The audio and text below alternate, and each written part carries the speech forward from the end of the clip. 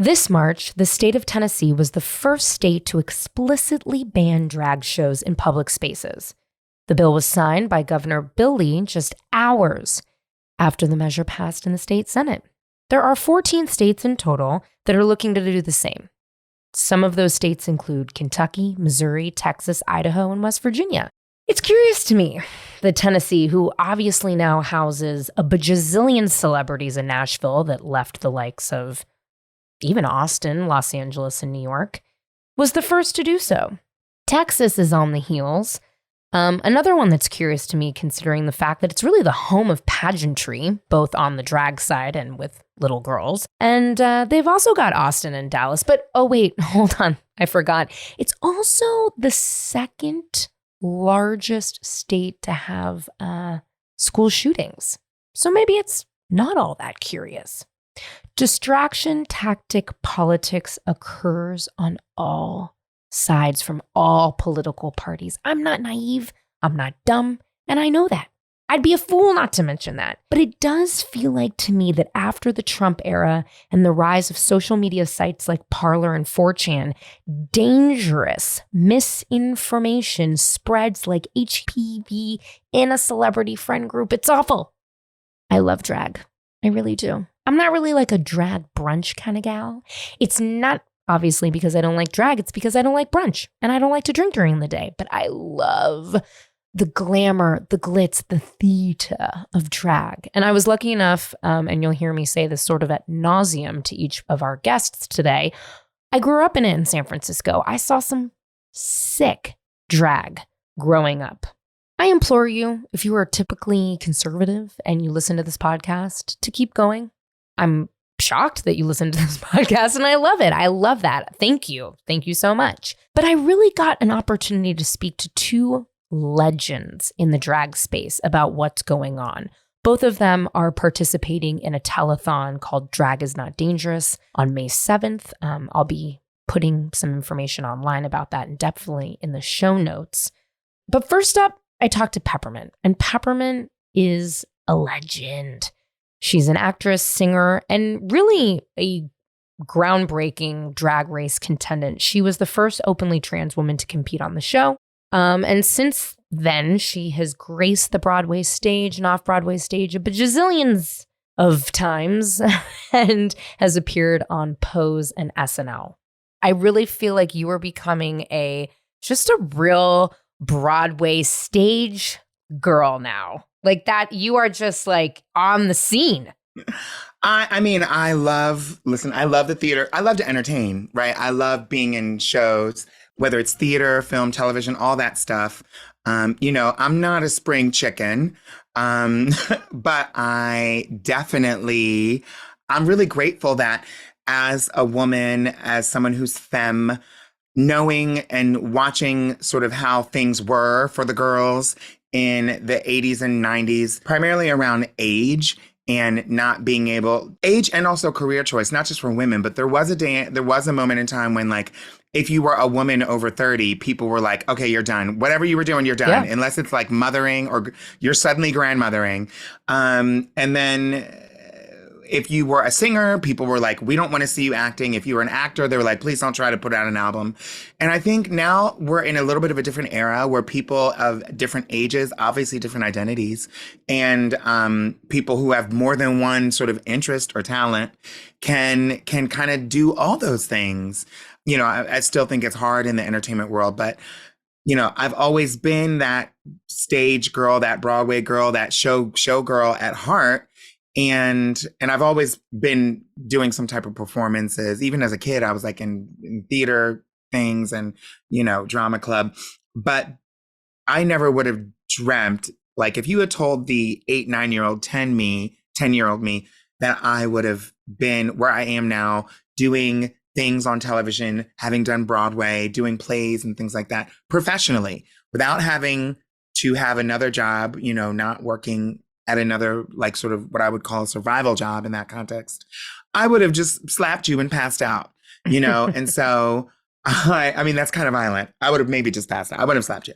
I probably, if somebody told me I would be talking to people on a podcast and doing what I'm doing at 38 years old, I would have slapped them too. So it's all right. I don't think it's Okay, good. violent. But let's just slap each other because it's like, oh my God, slap, slap, slap.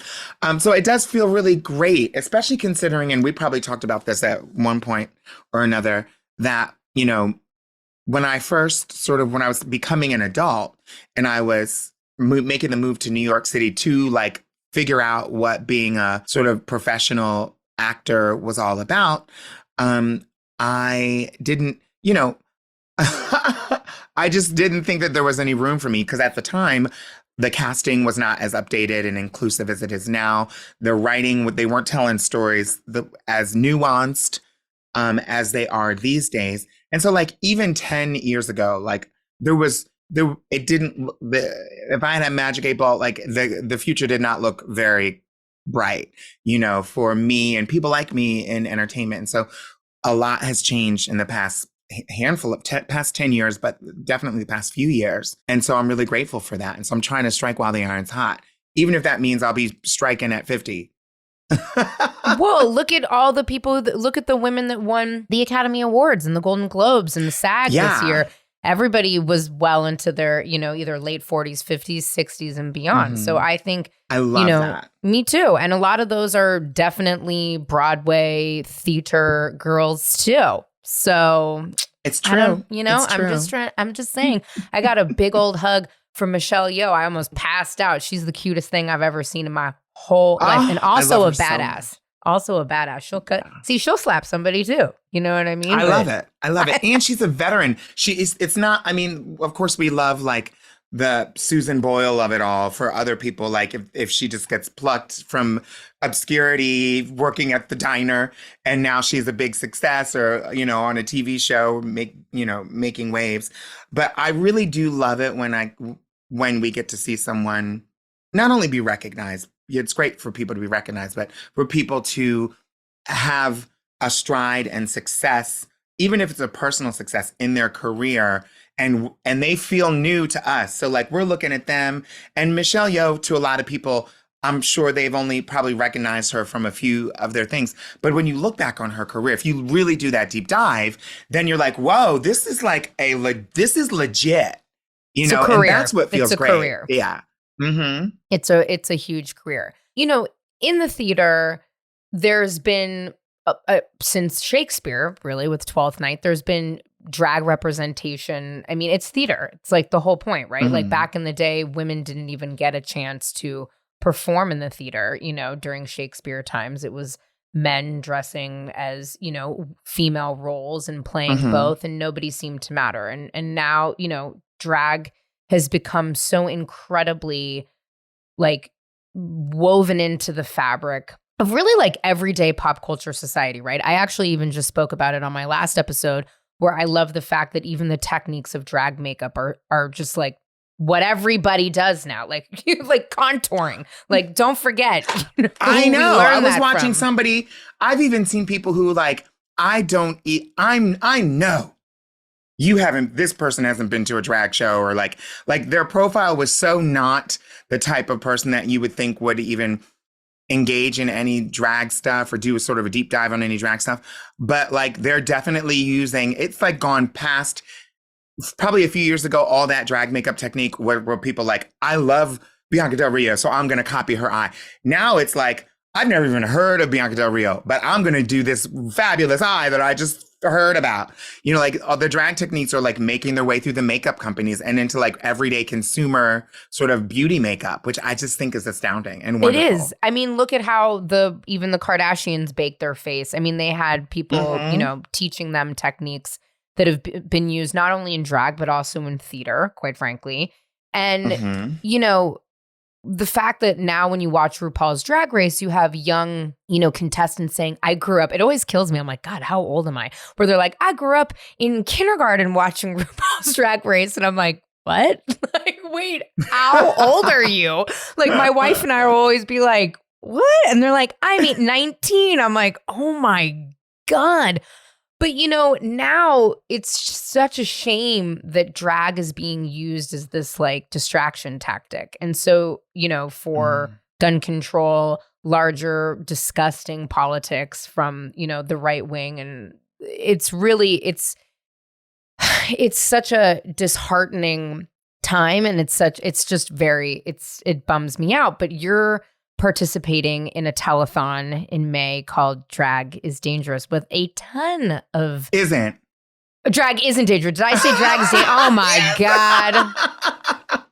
Peppermint. I need a coffee, friend. It's time. Yeah, drag is not. Drag is not dangerous. It's not. Somebody was on a thing and they were like, drag is not dangerous. And then the comment on Twitter was like, but these bitches do slay though. And I was like, yes, that's so fair. Anyway. Yes. Okay, yes. Doing the telethon. That I should have said. That's what I should have said. But you're doing a telethon, for you you're really, again, theater, drag performance. Obviously, you were a contestant on RuPaul's Drag Race. You were a groundbreaking contestant on RuPaul's Drag Race. You've done 1 million episodes about that. So I'm kind of not asking you too many questions about RuPaul's Drag Race because you and I have already talked about that. I feel like I'm more interested in the theater of it all, your music career, etc. So if you're wondering why, that's why. I feel like you and I have like dotted those I's and crossed those T's. But how are you feeling about, how drag is being picked on specifically in what seems like to me in the most ridiculous, silly way possible? But that's my own opinion. But how is it feeling for you, especially now that you've kind of not transcended drag, but you've, gone on to do much more theater since? Like how do you feel about it now? Well, I feel very personally attacked by it because, I say once a queen, always a queen. And so, I obviously have my thoughts and feelings about it. You're right. What I feel is a shame is that it does come off to me to be so disingenuous and I try my best to stay away from like certain buzzwords and things like manufactured outrage. But it rings untrue to me to see someone suddenly talking about drag when they haven't mentioned it when they're not mentioning it in any other context. I guess I'm particularly talking about social media where you can kind of see a record or receipts. And, but even for public figures and people on the news and things like that to be sort of purporting a lot of these things, it is upsetting, primarily because it's kind of silly to see drag, the subject, like the general subject of drag is being called a groomer and a pedophile. Like a subject can't be a groomer, like it's not a person, just like the music can't be generalized all with one thing. And so I on one hand, that feels ridiculous, but on the other hand, it is striking a chord with people, and people are obviously, upset and hurt to see a lot of these attacks happening. And also besides that, then it opens up the doors for people who are inspired to go and as individuals harass and sort of target drag entertainers and drag shows and things. And that's obviously upsetting. Nobody wants that. It puts people at risk for sure. And it creates a safety issue where there wasn't necessarily one prior to that. And, drag entertainers are I want to call them, like the bastions of the queer community. Like these are the people who oftentimes are on the front lines, waking up during the day to march and fight and volunteer and engage politically, many, not all. And then at night, keep us entertained many times in a really thoughtful, creative way that oftentimes does include talking about politics and, social issues and things like that in a way that can make a drunk patron think differently about, AIDS and HIV and how they fit into the world of voting or whatever. Drag has the power to do all these things. And I think that people have recognized that. And so they're targeting it to try to smear the subject of drag so that drag becomes synonymous with the words pedophile and groomer. And, just sort of lobbing that sort of accusation onto all drag queens who've ever done drag is just, yet the Catholic Church remains. Yeah. Remains slightly Just unscathed. scot-free, moving people around. And we actually have names and proof of individuals. There's actually lawsuits and you know, in some places, even policy and legislation that's aimed at protecting the victims of sex abuse at the hands of, you know, religious figures and clergy and all of that. And so it feels disingenuous, and it feels like, you know, I am concerned about gun violence, and I don't want people to be hurt and shot up. And it's heartbreaking to me every single time. I don't know exactly what to do about it because there's been so much energy into the conversation of, for instance, gun violence. And most of the energy that seems to prevail, at least in modern times, is the energy that suppresses that conversation about it. And so, you know, what are we supposed to do? You know, I don't know what else there is to do. If we're talking about actually keeping kids safe from the number one cause of death in this country, which is gun violence, then, you know, why aren't we talking about gun control? You know, and so it obviously seems ridiculous, but the bigger portion of that is really tough for me as someone who's also trans and a drag performer at the same time, is that, you know, the LGBTQ community, although we don't own the notion of drag, because there are cisgender heterosexual people who attempt to use drag. Historically, they have, and they've done their things in drag, but they've tried. As masterful. Yeah, they've tried. The LGBTQ community, we are a fraction of the general population, and there is a certain amount of energy and time and money and attention that we can put towards defending ourselves and fighting back against these sort of things. And unfortunately, fortunately, the queer community is rallying behind drag entertainers. Unfortunately, that means even less people rallying behind the most marginalized of the people in our community, who are trans folks and 100%. And trans youth. And so we're not guarding all of the doors. We're all rushing over here to engage in this sort of almost imaginary fight, certainly manufactured fight. And then meanwhile, like simultaneously, they are continuing to write through policy that just this week, they dismantled Roe v. Wade even further in certain states. And they're still attacking reproductive health rights. And they're still attacking healthcare for trans individuals. They said it was just kids. Now it's also adults in many states. They literally just opened it up and put it to adults. And so, like, I'm incensed at how, and so frustrated and at how this is playing out. You know, for me, I said, it was interesting yesterday. I was talking, on one radio show, and I brought it to Instagram, where I said, you know, how interesting would it be if cis white straight women talked about equality, particularly trans rights, particularly Black female trans rights, right? Like like they do Vanderpump Rules. Just think about that. Oh my gosh! Like, just take a moment. Just take a minute. What if white straight women talked about equality at all?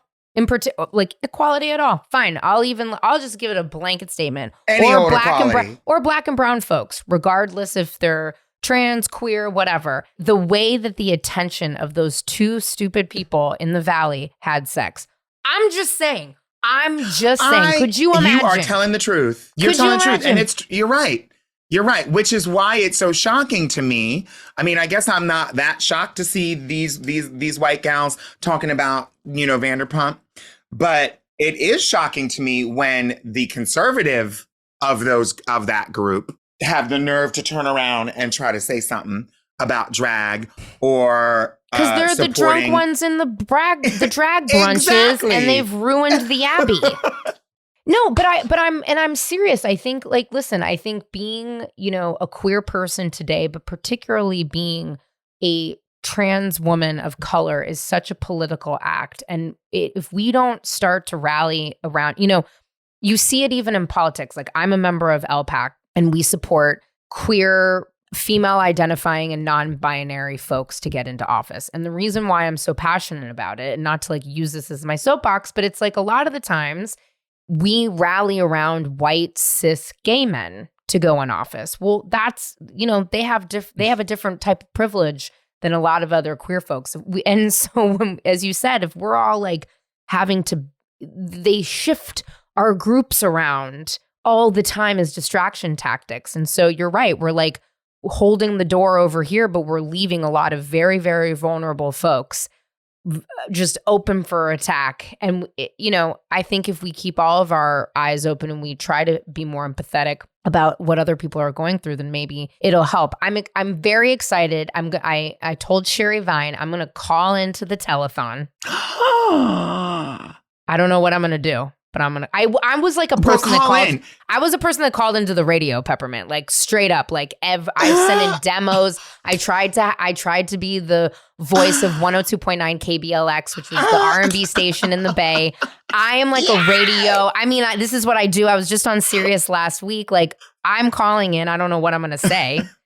I'm going to be like, well, take my debit card. We can have a conversation. I told Sherry. I used to do the same thing too. And I would always miss because there was always like a little bit of a delay. With radio, it's like not when you're hearing it. And so I would always miss it. What celebrity do you want to call in? Oh my gosh. I mean, I would love... it would be great to get, who I would love to have call in? Beyonce. I would love Beyonce to call in. Okay. Not just because I'm a huge fan, but because it would be, here we go now. The Beehive may come after me. It would be, Please be careful. Be so wonderful. Peppermint, I can't have the Beehive on me. I feel like I've almost said something. I know. No, I think we are definitely in a moment that feels very heightened. And so to me, it's all hands on deck. And I can see the connection between gay rights, queer rights, trans rights, women's rights, rights for people of color, rights for disabled people. To me, those things all intersect at some point or another, especially in the context of our rights being taken away or the people who are attacking those groups. Because a lot of times the people who are attacking people of color are also the people who are attacking poor folks. And it's the same group that are writing legislation against women. And it's literally the same architect, the person who was behind the attack on critical race theory, Christopher Rufo, is also the same exact person who said, after I finished with critical race theory and making sure that Black history was removed from schools, now I'm going to move on to the trans community. And that's exactly what he did. So it's the same people. And so when it's like that, I view this as an all hands on deck situation. And as much as I love sort of symbolic tolerance and symbolic sort of allyship, I just think we've moved on past that. We learned a lot in 2020, and I would really love, I just want all women to see that it benefits them to advocate on behalf of trans women not being, legislated back to the 1950s, because if they can do it to trans women, they can do it to cis women too. And so I think it would, I hope that someone as wonderful as Beyonce can see that her voice has an impact, and that if they're doing it to these groups, which they're doing it to these groups. Yeah. If she can see that they're doing it to these groups, then hopefully she'll see that her influence might be able to change some hearts and minds, and it benefits her, even if she doesn't think that it's affecting her directly. And that goes for all of these divas and all these people that we look up to, and all these people who sort of have their profile in more than one demographic, right? And so, yeah, I would love to hear Beyonce call in. I would love to see, Margaret Cho is definitely going to be involved. I would love to see all the major divas. I would personally love Janet Jackson, just so I can talk to her. Miss Janet, if you're nasty, 100%. And Padma Lakshmi. Oh, I feel like we could pull Padma. I'm definitely going to call. I'm not a diva, though. I think I've memorized every VH1 Divas Live episode that ever happened. Let me tell you. Wouldn't that be funny if in the drag telethon, we actually recreated some of the Divas Live moments? I miss Divas Live so much, honey. We would like tune in for Divas Live. I love Peppermint so much. Every time I talk to her, I'm like, oh my God, you're a star. You're a star. I just love her. And if Beyonce really does call into this telethon, I really hope I'm getting some sort of credit. Because obviously Beyonce listens to this podcast. Sherry Vine is next up. Sherry Vine is an OG YouTuber.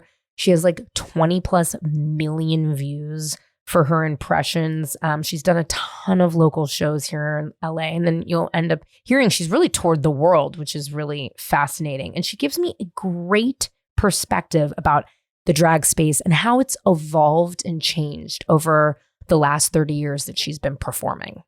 Where are you, Sherry? Are you in LA?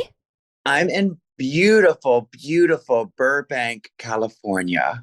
Oh my God, Sherry Vine, I'm in Glendale, babe. What? Hi, neighbor. Come on over. Oh my God, have you ever been to Yoga Ert? No, but I'm obsessed with the Galleria. With the Galleria. I'm close to the Galleria. Fun fact, never been to the Galleria in my life. What? I know. I just moved to Glendale in the summer. I'm loving it. I love being over here. We were actually looking at Burbank and Glendale, and we ended up in Glendale. But there is a place right between, like almost on the line between Burbank and Glendale called Yoga Ert, and it is the best soft serve ever. Ooh. So meet me there for an ice cream cone. Well, and there's a place that I love to have lunch. I'm terrible with the name, but it's Japanese and it's in the Galleria, and you can sit outside, and it's the most, oh my God, it's delicious. It's one of my favorite places. You know, Burbank and Glendale, like this area, it's a funny one because it's actually such old Hollywood.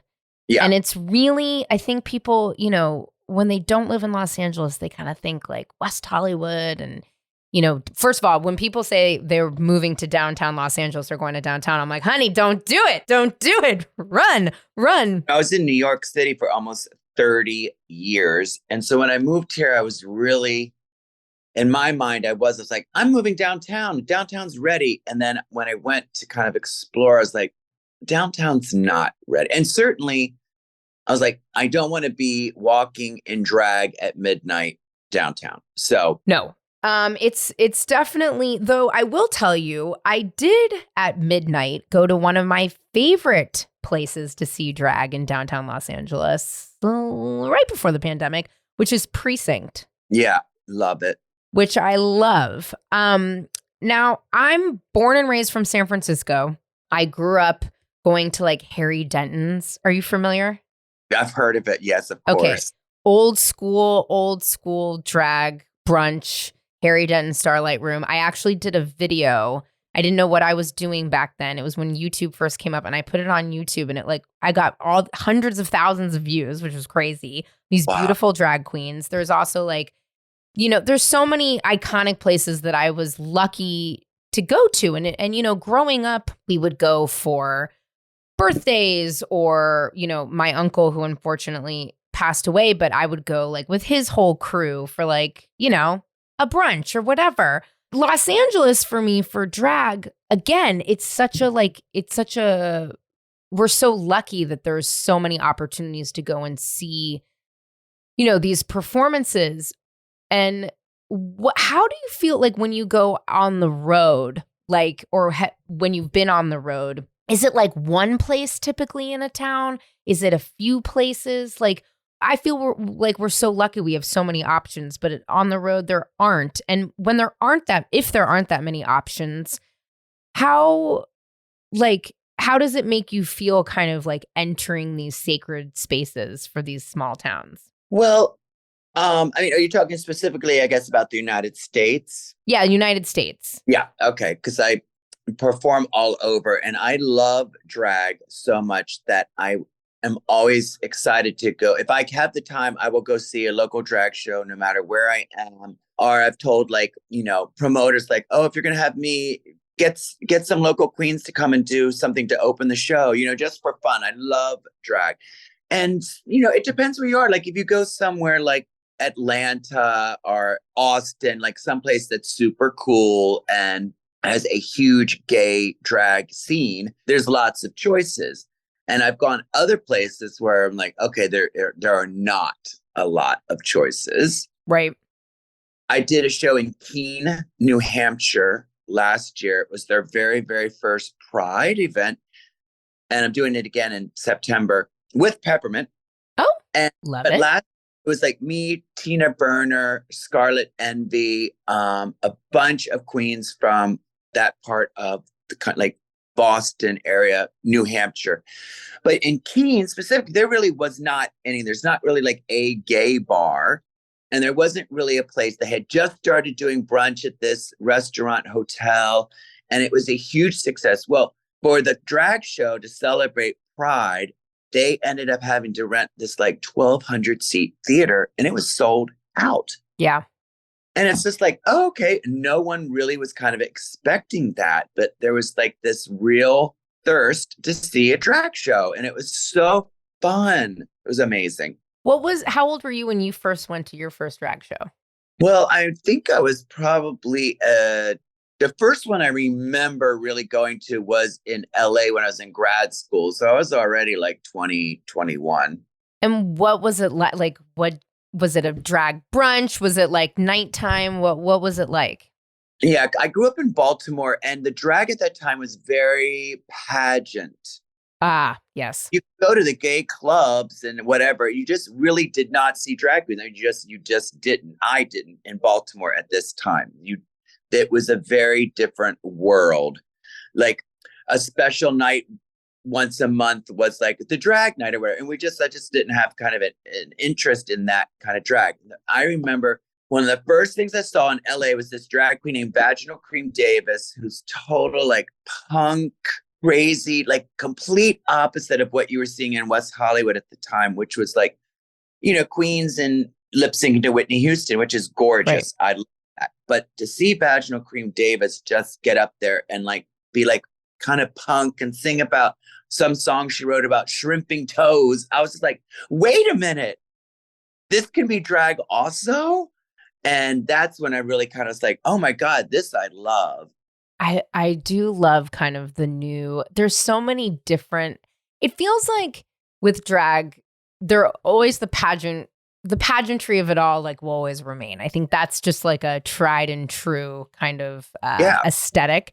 But I do love some of the different more, I don't want to say artistic because quite frankly, like it's all insanely artistic, but a little bit more avant-garde, I should say. Some of the other lanes of drag I think are really, really exciting. And I love to see different people's interpretation of like even just a song, like how if it's going to go a comedic way or if it's going to go spooky or if it's going to go, you know what I mean? Like ballad insane. It's great to see people's energy and minds come to life through their drag, because like you could have two Whitney Houstons. My diversity. I don't want to see what would be so boring so quickly if everybody did the same thing. I mean, look, I sing about poop and penis parodies, and that is not for everybody, and that's fine. It shouldn't be. And there's an audience for what I do. And there are other people, including like there are gay men who are just like, ugh, that is so stupid. I'm like, okay, yeah, I can't argue with that. But luckily, people who think it's funny. Then you can have some, pageant queen or someone lip syncing to Whitney Houston or someone doing comedy. Like, I love that there's choices. Yeah. And there needs to be, because, you got to have a little different flavor. I mean, even so you're participating in this Drag Isn't Dangerous, incredible telethon on May 7th. Yeah. And the folks that you're even participating with, I mean, it's every kind of, it's the Alaskas of the world, Monet Exchange, Katya, like you've got so many different, Peppermint, so many different styles, aesthetics, where people are from. It's so incredible to all come together.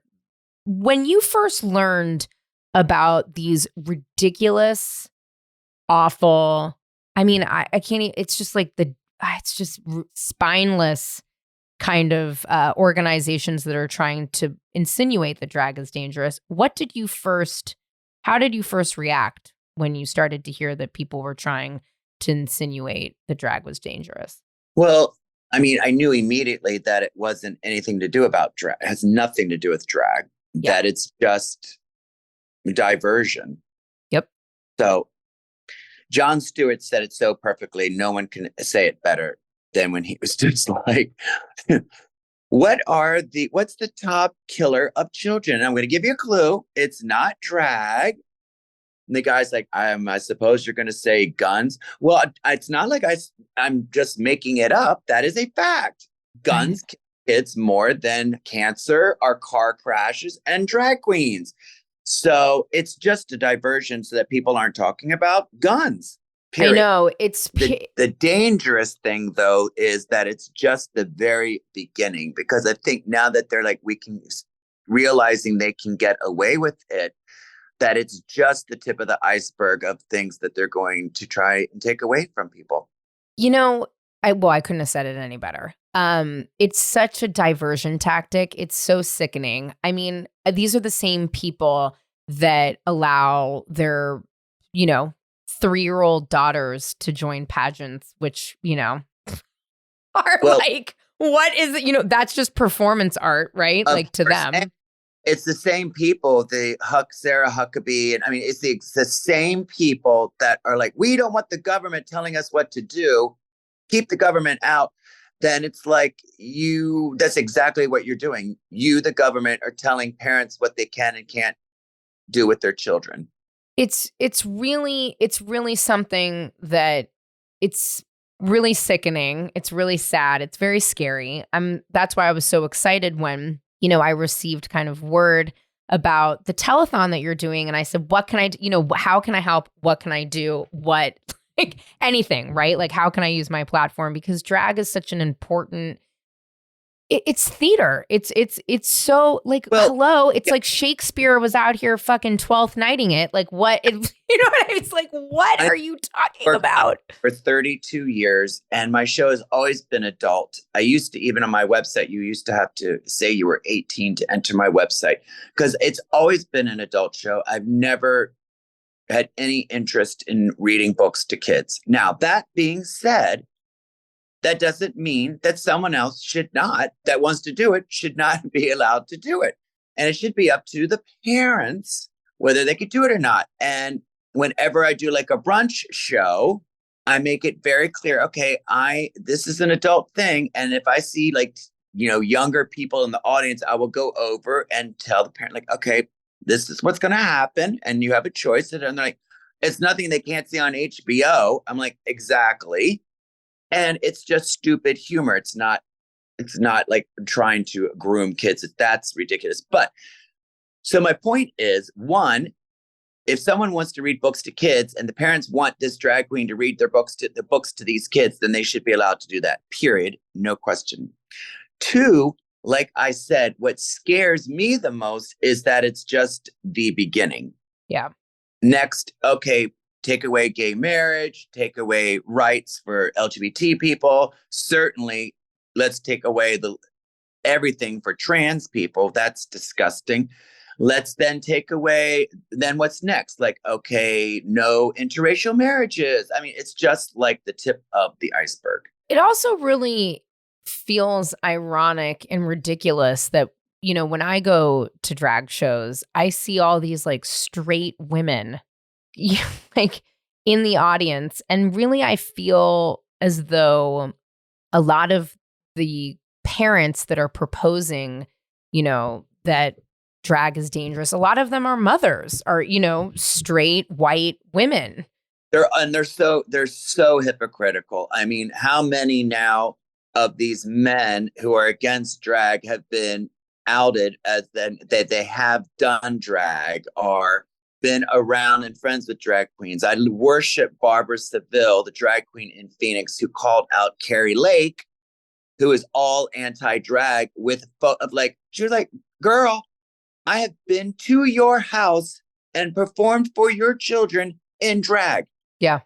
The hypocrisy is pretty, it's a hypocrisy because it's just a tactic. It's something, look, the Republicans are brilliant at latching onto spin diversions.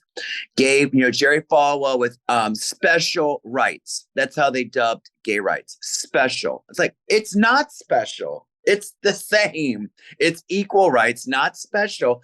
But they're brilliant at spinning things so that people get all up in a tizzy about it. The Democrats, sadly, are terrible at that.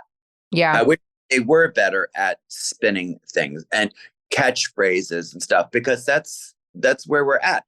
The Republicans are just so good at it. It has nothing to do with drag. It just doesn't. But it's the beginning. Yeah, I think you're right, sadly. When you so gross. They all want it to be Gilead, and then it's these stupid straight women who are stupid because Marjorie Taylor Greene, Sarah Huckabee, who think they have not watched Handmaid's Tale, where the women who are architects of Gilead are then also lose all their rights. They're not allowed to read. They have to just stay and be a housewife. And it's like, but wait a minute. I didn't mean me. Well, So right. And then they have absolutely no rights if they can't produce children because that's all they're, in service to men for, which is insane. When you go overseas and do your show, is it much different? Do you feel like, obviously the politics are different country to country. Here, it's even state to state. But when you're doing drag in other countries, are there any places that you feel like it's less safe or like you love doing drag in a particular country? I've been lucky to go all over. And there's places like I used to perform fairly often in Budapest in Hungary, and it was so much fun and it had such a cool gay scene and drag, lots of drag queens. And now because of Orban, who is another, Trump, and they're all these kind of like fascist dictators that you can kind of group together. I just did a show in February in Tel Aviv, and now it's like, are we going to be able to do that ever again if Netanyahu gets his way? So that can be scary. And then on the other side of the coin, this same tour, I went and did a show in Kosovo, which is this little country that a lot of people in the United States are like, where? And I'm like, it used to be part of Yugoslavia. They were in a genocide war with Serbia. And it's, a predominantly Muslim country, very sect. And I was a little nervous. I did my research and said, okay, it's the same level as France and Germany. It's safe to go there. Then I did more research. Is it safe to go there as like a gay man performing in drag? And they're like, yeah, it's pretty safe. So I was a little nervous, but I went, and they have one queer club. It's less than a year old, but there's like a good, like 5 or 6 drag queens that do a show there every weekend. And just that was like so surprised. So they were expecting like maybe hoping to have 100 people come. They had to rent this warehouse because 600 people showed up for this drag show. And it was just like, they're like, we've never had anything like this here. And it gave me hope. And it was like so cool to be like, okay, there's obviously people in this country who are not for this, but they don't say anything. They're just like, I'm not going to go. Great. Don't go. Exactly. I don't like, a lot of musical theater, so I don't go. Honey, I don't like, I could tell you a million things. I don't like, like Marvel movies, so I just don't go. Like, it's not that. That's the thing I think that's so puzzling to me. It's like, why are you inserting it's puzzling, but also, as you said, it's a diversion tactic. But it's so wild to me when people just insert themselves and get passionate about something that has nothing the fuck to do with them. Like, period. They show these photos of drag queens dressed, in a bra and panties in high heels, doing like splits and stuff in front of little kids. And they're the ones who are kind of like sexualizing it. But then it's like, exactly you said, it's like, what about all these dressing 6-year-olds up to look like 30-year-old prostitutes for a pageant? Or I saw someone put a meme up of this family with like 3 or 4 little kids in front of cheerleaders that were like in fishnets and high heels with a sign that said, fuck Biden. And I'm like, yeah, okay, that's great. Like, that's okay. But reading a book to a kid in drag is not okay. So it's just complete hypocrisy. What is the biggest change you've seen on the drag circuit in 32 years of doing drag? Well, it's definitely more mainstream now. I think it's the first time in the United States that it's actually a legitimate art form. Mm-hmm. But I started, it really wasn't. It was so fringe still. And the majority of the audience would be gay men, except for like, in New York where I did Bardot and stuff in the 90s, you would get a really cool mixed crowd. But if you went to like some of the gay bars, it was mostly just gay men. And so that has changed. And like I said, it's a legitimate art form. Now you see drag queens on TV and movies, and you can make money. So it's changed in that way a lot. I mean, I think, again, like growing up in San Francisco in the 90s, that fringe culture was so special and felt so political. However, it's interesting now, drag has been so commercialized. I mean, listen, I love RuPaul's Drag Race. I will always watch.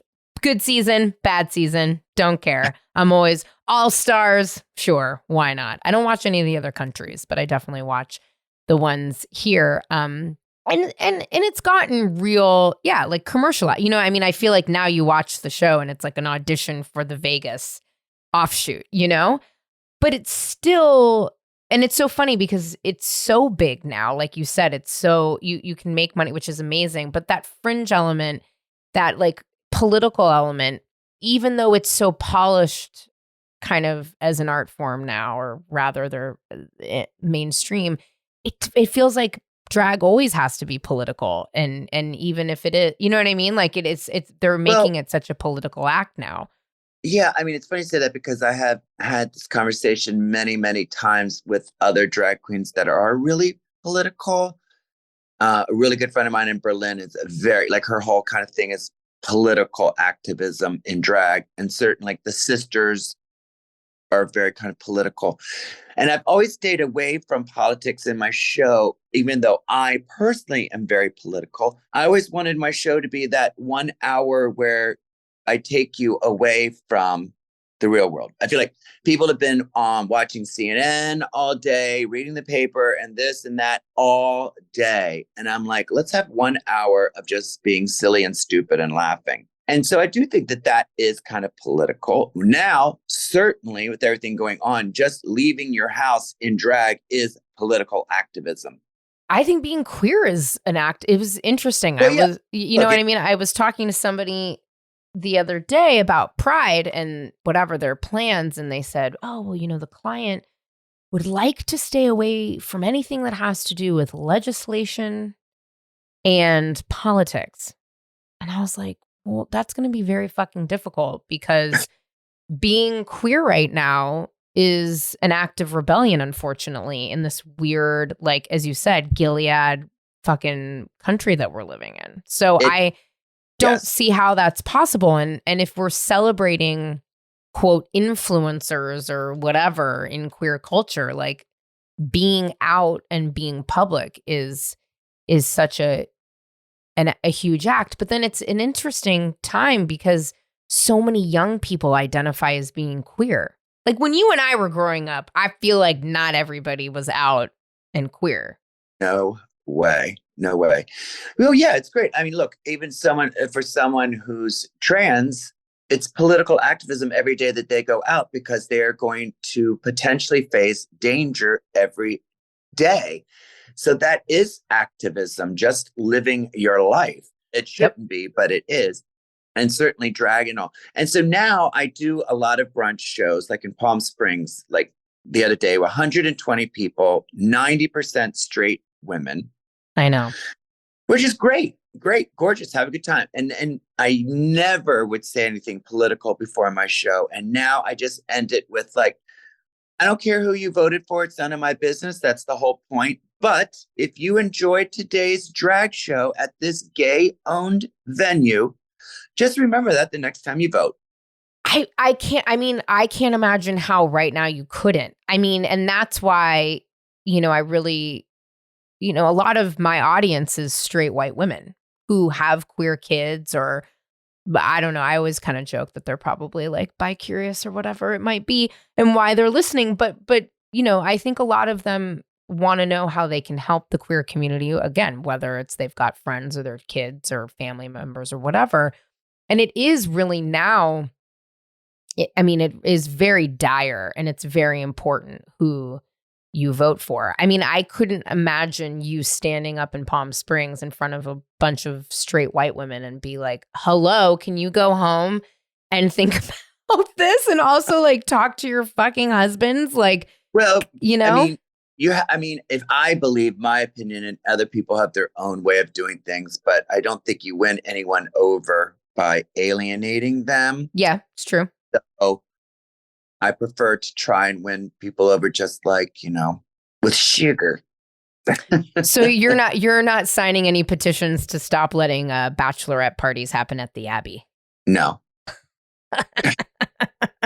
Around when there was before we had marriage equality, where a lot of the bars, even in New York City, were just like, okay, women can only come in if they're with gay men, and certainly no bachelorette parties or anything like that. And I kind of understood that when the Abbey did do that before with marriage equality. But like I said, I just was like, I don't know if that's the right tactic. There was one place that had booked me to perform, and then a friend of mine wanted to come, and they said no women. And I'm like, why? It's not like a bathhouse or a sex party even. It's just a gay, like, we don't want women. I'm like, okay, well, I'm not. There are still a couple of places like that. There in New York. I mean, I'm not going to name names, but it's funny. I was talking about it with another podcaster, Taylor Strecker, and we were talking about there's a couple of gay bars in New York. Well, like all of a sudden you're like strangely kicked out of it, and you're like, why am I kicked out of this? You know, it's an interesting. Again, like growing up in San Francisco, I remember you had to go to like Badlands. I know. I'm taking you back, Sherry. I'm doing this on purpose just for you and me. But like Badlands, there's no way they would have let me in had I not gone in with like one of my brothers is gay. Definitely. And it didn't matter if I was queer or not. There was like no way. And there are a lot of places in San Francisco, I think, I can't remember the name of that bar. It's up the street from Badlands on the same side of the street, across the street from the Hot Cookie. I can't remember the name of it, but I got into a fight with some guy there who kept trying to kick me out. And I'm like, why are you fucking kicking me out of here? I'm just drinking a drink with my brother and his friends. And like, oh, by the way, like, do I have to scream that I eat pussy? Like, get out of here. Like, what's your problem? Do you know what I mean? Like, what is your problem? Leave me alone. I mean, look, I kind of get it in one way. There were some girl bars in the 90s in New York City that absolutely would not let a man in. Absolutely not. They let drag queens in, but even gay men, no. What, like Cubbyhole? Was Cubbyhole like that? That bad. There was a party called Clit Club at Mother. Yeah. And they loved me, and I was friends with them. I usually was in drag, and I would go, and they were fine. But and I kind of get that. I'm like, okay, you've got one or two safe spaces and you want it to be, I know it's tough. It's tough because now I feel like we're in a position where, But if there's a drag show, I don't think whatever. That's just my opinion. Peppermint and I did, it's too bad she's not here, because we did a show together in London where a friend of ours, cisgender woman, wanted to come and see the show. And now they do have like a backroom action and stuff. So they were like, no women. I mean, she's not going to go out. She's going to come in and see the show and leave. And it took like all this prodding and prying before they finally said, okay. And she could come in and watch the show. And then she left. And she's like, I don't want to go back there and see guys fucking in the dark anyway. So don't worry. Yeah, me too, Sherry. I would have been like, I'm out of here. You guys have all the fun you want. Right. I mean, throw me a couple of poppers for my own party and I'm out of here. Just kidding. I've never even done poppers. I'm dying to. I feel like I'm a bad gay because I haven't. I don't know what it would do to me. I feel like I'd be into it and then I'd be like, what's happening? Yeah. The Eagle used to be really strict even at one time they wouldn't even they had a very strict dress code. So I could understand no cisgender women, no like tennis shoes, no gay guys in tennis shoes or like whatever. It was but that was their theme, and they wanted to keep that. So I'm like, okay, I get that. Certainly in San Francisco and places, we have lots of choices. So if one place is not going to let you in, let's go somewhere else. Yeah, I think it's an interesting time. I think, we all have to sort of look out for each other because everyone's being attacked, especially trans women of color, which I just talk about an act of, having to be political at all times. It's just like, it's awful. It's like, it's, again, I don't understand somebody's existence affecting other people. But whatever, as you said, it's all a diversion tactic. You're on, is it season 2 of your variety show? Yeah, we're editing season 2 right now, and it's premiering June 4th on Out TV. Season 1 can currently be seen on Out TV and Air Canada. I just found out Air Canada has season 1 on their TV choices. That's amazing. I know. I thought so. Oh my God. What? It I literally love that. made my day. Wait, that's hysterical on Air. First of all, shout out to Air Canada. Right?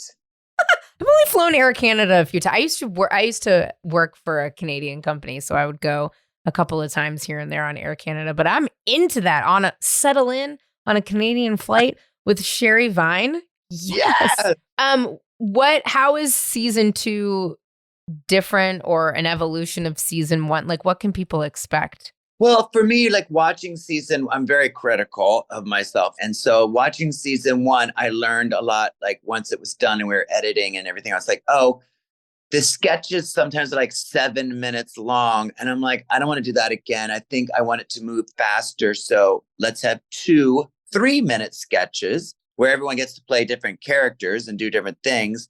And so I think it moves a lot faster. I only did like in season 1, like 1 commercial parody, but people loved it. So I was like, okay, we need 1 commercial parody in every episode.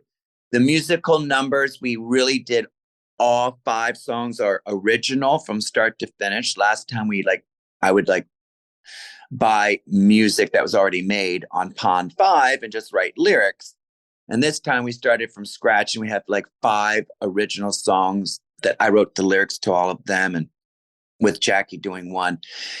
And we kind of turned the volume up on the looks and stuff. So it just like moves fast. It looks a little bit more expensive. We have more locations. The guests, of course, are just amazing. Like last time we've got Jackie's in every episode, and we've got Bianca Del Rio, Monet Exchange, Varla Jean Merman, Tammy Brown, Kelly Mantle.